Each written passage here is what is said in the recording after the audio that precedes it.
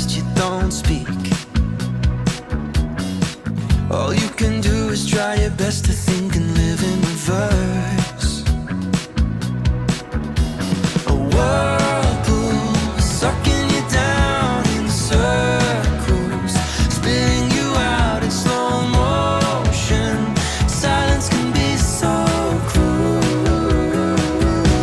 Although it's dark now, I know we're gonna make it to sunrise. I know it's hard now, but we just gotta make it to sunrise. It's not too far now. One day we're gonna dance on the sun, dance on the sun.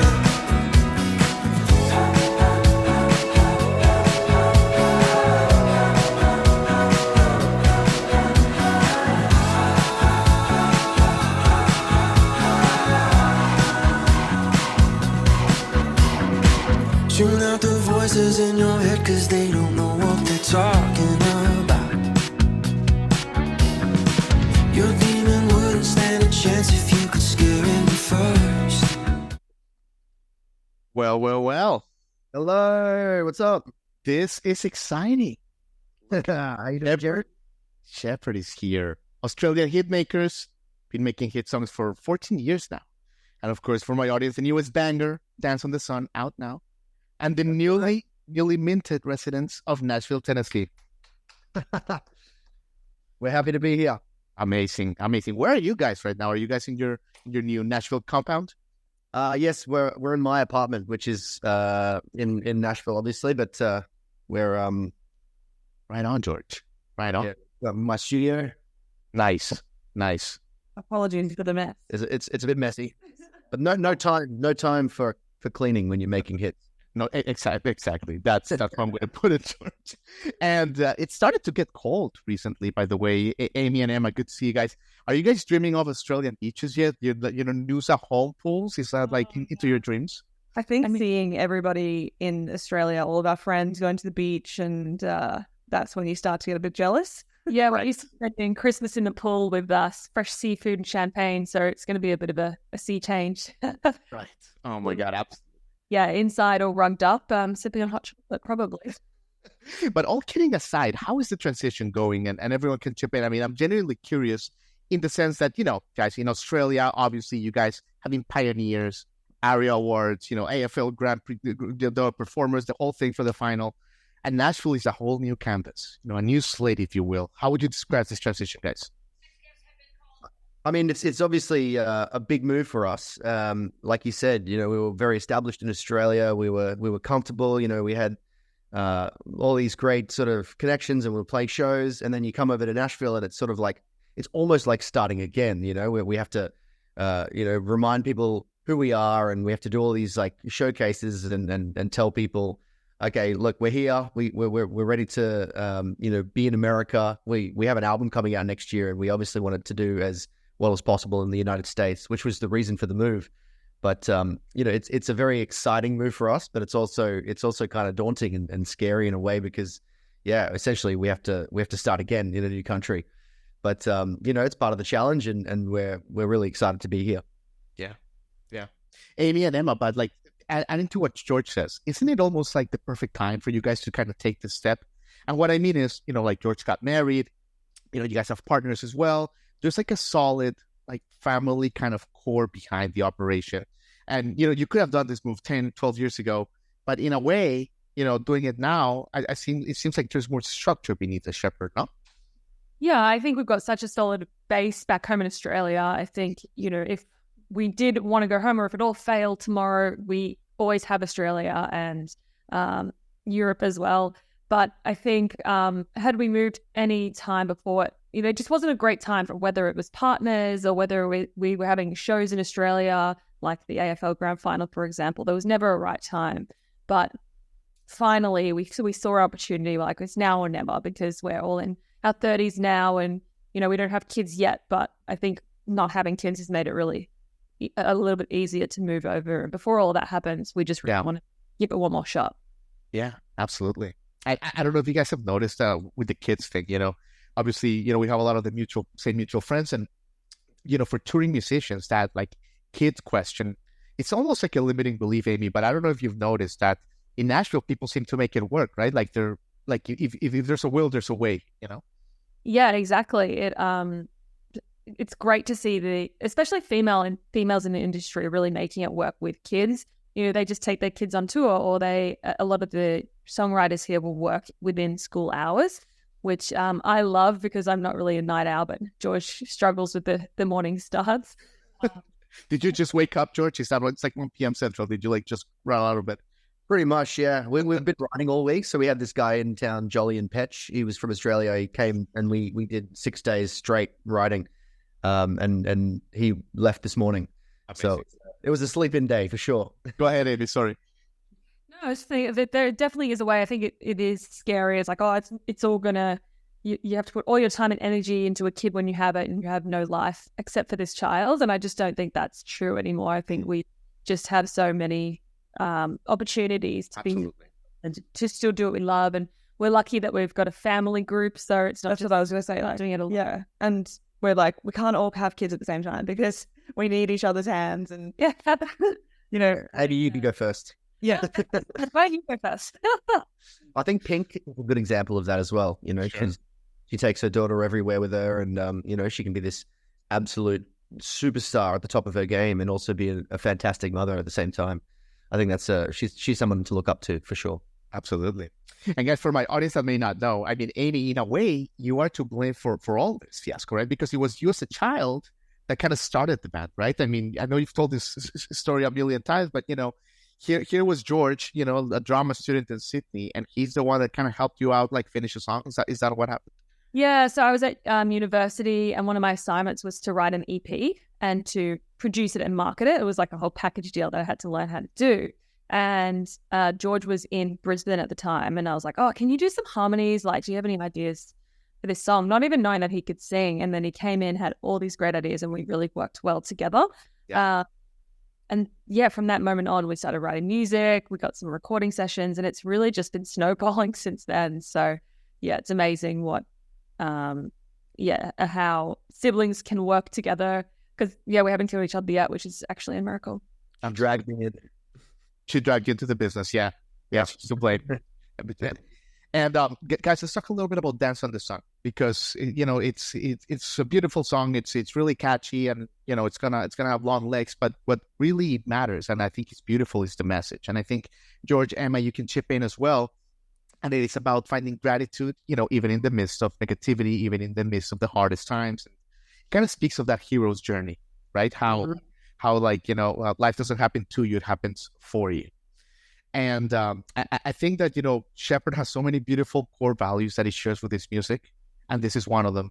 If you don't mind expanding on that a little, George and Emma. Sure. Yeah. I mean, I feel like especially in the last couple of years, a lot of people have been doing it tough, and there's been a lot of darkness in the world, and we kind of wanted to write a song that was in defiance of that, and sort of reassuring people that no matter how dark it is, the sunrise is not too far away, and you've just got to hold on until you can dance in the warmth of the sun once again.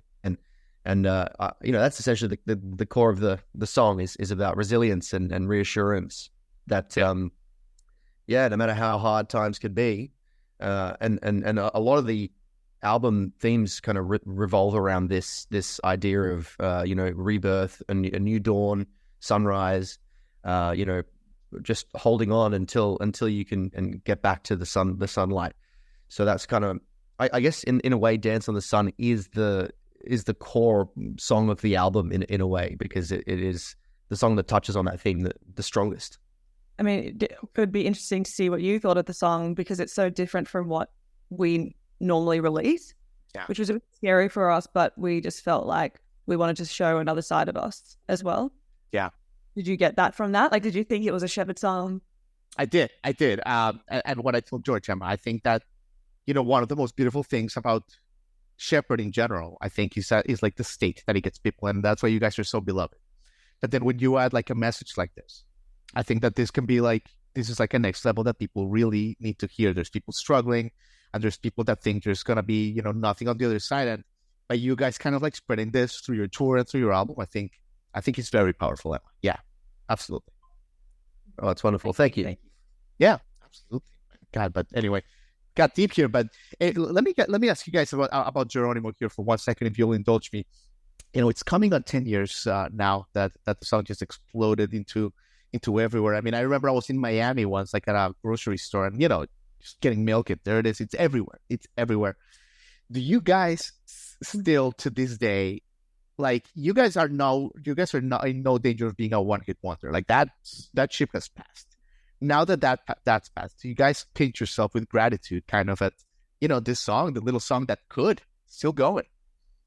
It is still going, and it still is everywhere. We're constantly getting messages from people, like kids nowadays, singing the song 10 years later at school, which is, really, really cool to see. And now we're also getting 18-year-olds coming up to us being like, oh, your song was like the theme of my childhood. We're like, huh? What? I know. How old were you? Yeah. Which is so funny. It's really great to have a song that really connects with so many people. I think a lot of people think that one-hit wonders is a bad word, but even if we only ever had Geronimo make it out there, we would be happy, because that's the goal. It's to have a song that connects with so many people is just unlike anything, really. There's no way to describe how amazing it is to still 10 years later be talking about Geronimo and still connecting with it. Yeah, we're very grateful for a song that is connected with the entire world, essentially.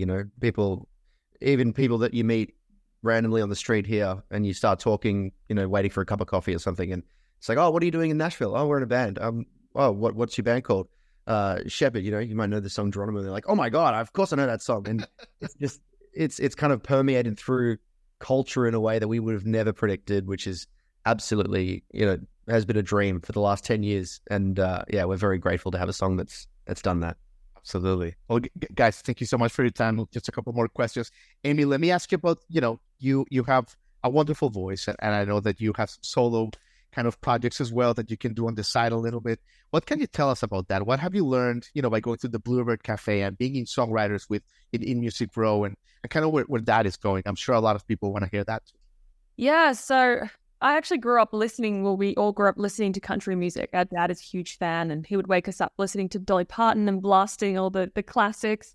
And it was the 90s then, so it was all like I was obsessed with Shania Twain, and there was an Australian artist called Casey Chambers, who I've now connected with, which is really cool. But for a long time, I've loved country music, and I've always had this itch to continue writing country music, because that's where I first started writing music. And obviously, Sheppard took a natural path, which I love, and I love pop music. I love writing pop music, but I just always had that itch to do country music. So in 2019, I went to a festival in Australia called CNC Rocks, and I saw what some of the artists were doing, and they were blending pop with country. I was like, I feel like I can do this. Like, this is kind of the music that I love to write. I just didn't really know that there was a market for that. So I wrote a song. I sent it off to Casey Chambers was one of them, who's that Australian artist I mentioned earlier. And she was like, this is amazing. You should really pursue it. I said it to my manager, and he's like, this is great. Like, let's do a trip to Nashville. So before the pandemic, I got to come to Nashville, and I just was open to a whole new world opened up to me. It was just like nothing I'd ever seen. The songwriters, the music culture, and just the whole city was just vibing with music. So I wrote about like 5 songs, came back to Australia, pandemic hit. So it was a long time coming and trying to get all the songs out there. But now I've released an EP and working on releasing more singles, and hopefully that will eventuate into an album. But yeah, it's been fun. It's been a huge learning curve. I think it's made me a better songwriter as well, being able to collaborate with people who I normally wouldn't even think to collaborate with. And I just think, it's made me a better songwriter. She's dragged us all to Nashville. Yeah, I went back to Australia. I was like, I've just found the most amazing city in the world. Pack your bags. Fantastic, guys. Well, let me leave you guys with this. Amy, George, and Emma, what is something positive that surprised you, living in Nashville, that you didn't expect, that, you're like, wow, that's cool? The people. Yeah. 100%. It's the most hospitable, welcoming place that we've ever visited in our lives, I think. The people here are just so lovely and friendly and willing to help, and are so excited to hear about your journey and help in any way that they can. We were invited to, a family's Thanksgiving after one meeting. We just met these people, and they were so happy to have us there for their close family Thanksgiving and things like that, where it's just more generous than we could have ever expected here. Everybody is so friendly and lovely. I think that's been not a shock, but it's definitely been an eye-opening experience to see how amazing the people here are, and just how welcoming how welcome we feel here. Well, guys, we're very thanks for the time, and we're very, very lucky to have you guys here in Nashville. You guys bring some great music, some great art, and most importantly, some great values. And we really appreciate that, and we look forward to cross paths with you. Oh, so excited to be here. Thank you. All right, guys, take care.